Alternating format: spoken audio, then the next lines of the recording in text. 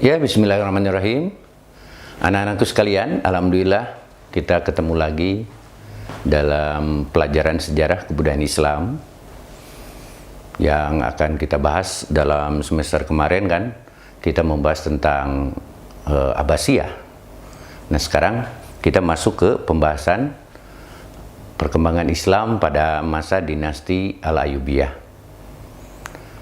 Anak-anakku, peta konsep yang akan kita bahas itu tentang jejak peradaban dinasti Al-Ayyubiyah. Di antaranya proses berdirinya dinasti Al-Ayyubiyah.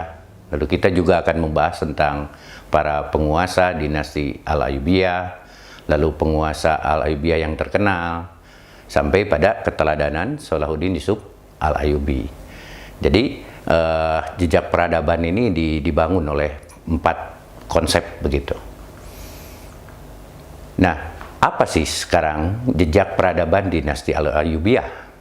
Kita tahu bahwa periode kedua dari pemerintahan Abbasiyah, Mesir menjadi wilayah otonom atau berdiri sendiri, anak-anak sekalian, dari Baghdad itu. Jadi pada periode tersebut bermunculan dinasti-dinasti kecil di kawasan Mesir. Jadi pada masa Abbasiyah mulai runtuh dan melemah, maka muncul itu di kawasan Mesir beberapa dinasti-dinasti kecil. Karena kita tahu ada 2 kekuasaan, ada 2 dinasti besar setelah Khulafaur Rasyidin. Pertama Bani Umayyah, lalu yang kedua Abbasiyah, begitu. Nah, ketika Abbasiyah menjelang keruntuhan, maka itu bermunculan dinasti-dinasti kecil di kawasan Mesir. Di antaranya ada dinasti Turuniyah, berangkat tahun 868-904 Masehi. Kemudian dinasti Iksidiyah, 935-969 Masehi. Kemudian baru dinasti Fatimiyah, 972-1130 Masehi. Baru setelah menggantikan dinasti Fatimiyah, muncullah dinasti Al-Ayyubiyah, 1169-1250 Masehi. Yang terakhir itu dinasti Mamluk, berangkat tahun 1250-1515 Masehi. Nah, anak-anakku sekalian, bagaimana sekarang proses berdirinya dinasti Al-Ayyubiyah? Jadi di semester ini hanya membahas tentang Al-Ayyubiyah. Untuk anak-anakku sekalian, nanti Ustadz sudah mengirim referensi dalam bentuk PowerPoint nanti, dan kalian juga bisa melihat di buku panduan untuk siswa tentunya. Nah, bagaimana proses berdiri dinasti Al-Ayyubiyah ini? Nah, dalam perkembangannya, dinasti yang paling berpengaruh di Mesir itu khususnya dalam membangun kejayaan Islam, salah satunya tadi setelah Ustaz sebutkan adalah dinasti Ayyubiyah, gitu. Kemudian dinasti ini didirikan oleh Salahuddin Yusuf Al-Ayyubi sebagai pengukir kejayaan Islam pada masanya. Nah, makanya namanya itu diambil dari tokoh pendirinya dinasti Al-Ayyubiyah ini, yaitu Salahuddin Yusuf Al-Ayyubi atau Sultan Saladin. Nah, kalau kalian ingat Saladin, apa yang diingat dalam pikiran kita? Oke? Ada cerita 1001 malam, Saladin, itu Aladin, begitu. Jadi Aladin, kalau ingat Aladin, ingat Yasmin, gitu. Kalau ingat Yasmin, ingat teman Aladin, yaitu ya monyet, gitu. Jadi cerita Salahuddin Yusuf Al-Ayyubi ini teradopsi dalam cerita 1001 malam. Jadi saking hebatnya Salahuddin, seorang tokoh di mana mampu mengukir kejayaan Islam di masanya. Nah, kemudian Ayyubiyah adalah sebuah dinasti. Catatan yang paling penting yang berlatar belakang Sunni catatannya. Karena nanti dia menggantikan Fatimiyah yang bermadhab Syiah. Tapi muncul kemudian Al-Ayyubiyah dan latar belakang madhabnya adalah Sunni yang berkuasa di Mesir, Suriah, sebagian Yaman, lalu di Irak, lalu di Mekah, Hijaz, Diyarbakir, dan wilayah Tenggara Turki di situ. Nah, anak-anak sekalian, dinasti Al-Ayyubiyah itu didirikan oleh Salahuddin Yusuf Al-Ayyubi. Penamaan Al-Ayyubiyah kita tahu dinisbatkan kepada nama belakangnya, Al-Ayyubi. Begitu. Jadi, kalau Al-Qardawi, maka Qardawi itulah dinisbatkan namanya. Kalau Al-Ayyubi berarti dinisbatkan kepada Salahuddin Yusuf Al-Ayyubi, nama belakangnya, dan diambil dari nama kakeknya yang bernama Ayub, begitu. Nah, kemudian nama besar dinasti ini diperoleh anak-anak sekalian sejak Salahuddin Yusuf Al-Ayyubi berhasil mendirikan kesultanan yang bermadhab Sunni, menggantikan kesultanan Fatimiyah yang bermadhab Syiah. Ada catatan penting untuk kalian bahwa Fatimiyah juga itu kita paham itu diambil dari nama putri Rasulullah, yaitu Fatimah. Fatimah Az-Zahra. Fatimah diabadikan dan menjadi sebuah kesultanan Fatimiyah dinasti, dan Az-Zahranya itu diabadikan menjadi nama perguruan tinggi di Mesir, yaitu Al-Azhar, begitu. Oke, kita lanjut. Salahuddin, anak-anakku sekalian, Salahuddin Yusuf Al-Ayyubi memulai karir politik ketika usianya masih muda. Jadi sangat strong, sangat kuat begitu. Jadi kalau ingin jadi pemimpin ya harus kuat begitu, meskipun dalam situasi apapun. Kemudian ayahnya sendiri yang bernama Najmuddin Ayyub.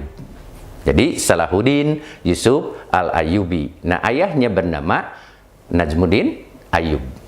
Menjabat sebagai komandan pasukan pada saat itu di kota Baghdad. Di kota Balabak begitu, Baghdad di Suriah ya, sebelah utara Suriah. Najmuddin Ayyub ditunjuk menjadi komandan oleh Nuruddin Zangki pada saat itu, yaitu panglima militer yang berkuasa pada saat itu. Nah, pada tahun 1164 Masehi, Salahuddin Al-Ayyubi mengikuti ekspedisi sebuah perjalanan dengan pamannya Asaduddin Sirkuh ke Mesir. 5 tahun kemudian, tepatnya tahun 1169 Masehi, Salahuddin Al-Ayyubi diangkat menjadi wazir. Wazir itu apa? Gubernur oleh penguasa dinasti Fatimiyah dalam usia 32 tahun. Ingat, 32 tahun. Jadi begitu sangat mudanya. Jadi seorang pemimpin itu di usia yang sangat muda begitu. Di usia 32 tahun, maka Salahuddin diangkat menjadi seorang gubernur. Jadi kalau kalian nanti usia 30 sampai 40, disitulah kalian mengembangkan diri untuk menjadi seorang pemimpin. Nah, anak-anak sekalian, ia menggantikan pamannya, Asaduddin Sirkuh, yang wafat setelah 2 bulan menjabat sebagai wazir. Sebagai Perdana Menteri, Salahuddin dianugerahi gelar Al-Malik An-Nasir. Jadi, ketika ada pertanyaan, siapakah pemilik gelar Al-Malik An-Nasir? Maka kalian jawab, Salahuddin Yusuf Al-Ayyubi. Apa sih maknanya dari Al-Malik An-Nasir? Itu adalah penguasa yang bijaksana. Nah, setelah Al-Adid, Khalifah dinasti Fatimiyah itu berakhir, anak-anak sekalian, wafat pada tahun 1171 Masehi, Salahuddin Al-Ayyubi mulai menjalankan kekuasaan keagamaan maupun politiknya secara penuh pada saat itu, 1171. Semenjak saat itu, dinasti Al-Ayyubi berkuasa hingga sekitar 75 tahun lamanya. Jadi tidak sedikit, 75 tahun. Setelah Salahuddin menguasai dinasti Fatimiyah, ia menghapus kebiasaan mendoakan Khalifah Fatimiyah dalam setiap khutbah Jumat. Jadi catatan yang paling pertama, manuver seorang Khalifah yang bernama Salahuddin Yusuf Al-Ayyubi, dia berani menghapus kebiasaan mendoakan Khalifah Fatimiyah di setiap khutbah Jumat. Diganti dengan apa? Nah, tradisi itu akhirnya oleh Salahuddin diganti dengan mendoakan Khalifah dinasti Abbasiyah, yaitu Al-Mustadi. Jadi kebiasaan pada masa Fatimiyah itu, ada kebiasaan di setiap khutbah Jumat itu, ada khusus mendoakan Khalifah Fatimiyah. Diganti oleh Salahuddin dengan mendoakan Khalifah dinasti Abbasiyah, yaitu Al-Mustadi, yang berkuasa sejak 566 Hijriah bertepatan dengan 1170 Masehi hingga 575 Hijrah bertepatan dengan 1180 Masehi. Namun demikian, anak-anakku, ia tidak menghalangi rakyatnya yang ikut paham Syiah. Jadi pada saat itu tidak ada perdebatan antara Sunni dan Syiah, karena memang orang Sunni ketika memimpin maka Syiah itu dihargai pada saat itu, begitu. Karena memang perbedaan-perbedaan pandangannya belum melenceng jauh, begitu. Nah, anak-anakku sekalian, sejak dinasti Al-Ayyubiyah ini berkuasa di Mesir, bulan Mei tahun 1175 Masehi, Al-Mustadi memberikan beberapa daerah kepada Al-Ayyubiyah atau dinasti Al-Ayyubiyah, seperti Yaman, Palestina, Suriah Tengah, dan Maghribi kepada Salahuddin. Itu diberikan oleh Khalifah Abbasiyah itu, Al-Mustadi itu. Sehingga pada saat itu artinya dengan demikian di situ digambarkan bahwa Salahuddin mendapatkan pengakuan dari Khalifah Abbasiyah sebagai penguasa di Mesir. Oke, logikanya kita ambil lagi. 1171 Salahuddin Yusuf Al-Ayyubi memproklamirkan diri, begitu. Lalu 11 menjadi gubernur. 1174 sebetulnya itu diproklamirkan keberadaan kekuasaan dinasti Al-Ayyubiyah. Nah, baru Al-Mustadi memberikan pengakuan di 1175 Masehi. Jadi selang 1 tahun. Masa uji 1174 Masehi, lalu 1175 diakui oleh Al-Mustadi. Nah, anak-anakku sekalian, itu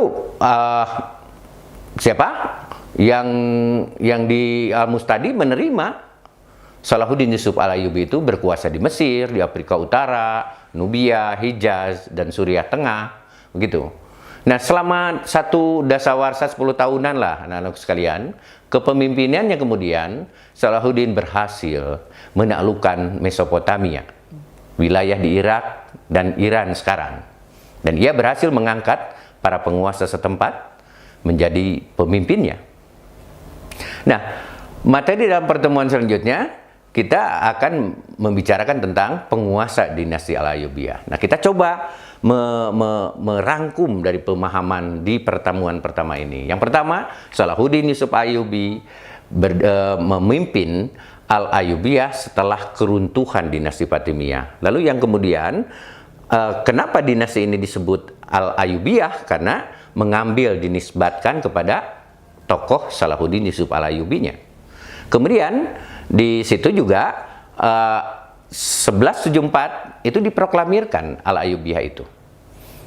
Baru 1175 Masehi, Al-Mustadi, Khalifah Abbasiyah menerima, bahkan mendapatkan pengakuan dari Khalifah Al-Mustadi atas keberlangsungan sebuah dinasti yang dikenal dengan sebutan dinasti Al-Ayyubiyah. Itu dulu untuk pertemuan pertama kali ini, anak-anak sekalian. Nanti di pertemuan kedua, materinya adalah tentang para penguasa dinasti Al-Ayyubiyah. Itu saja. Terima kasih. Assalamualaikum warahmatullahi wabarakatuh.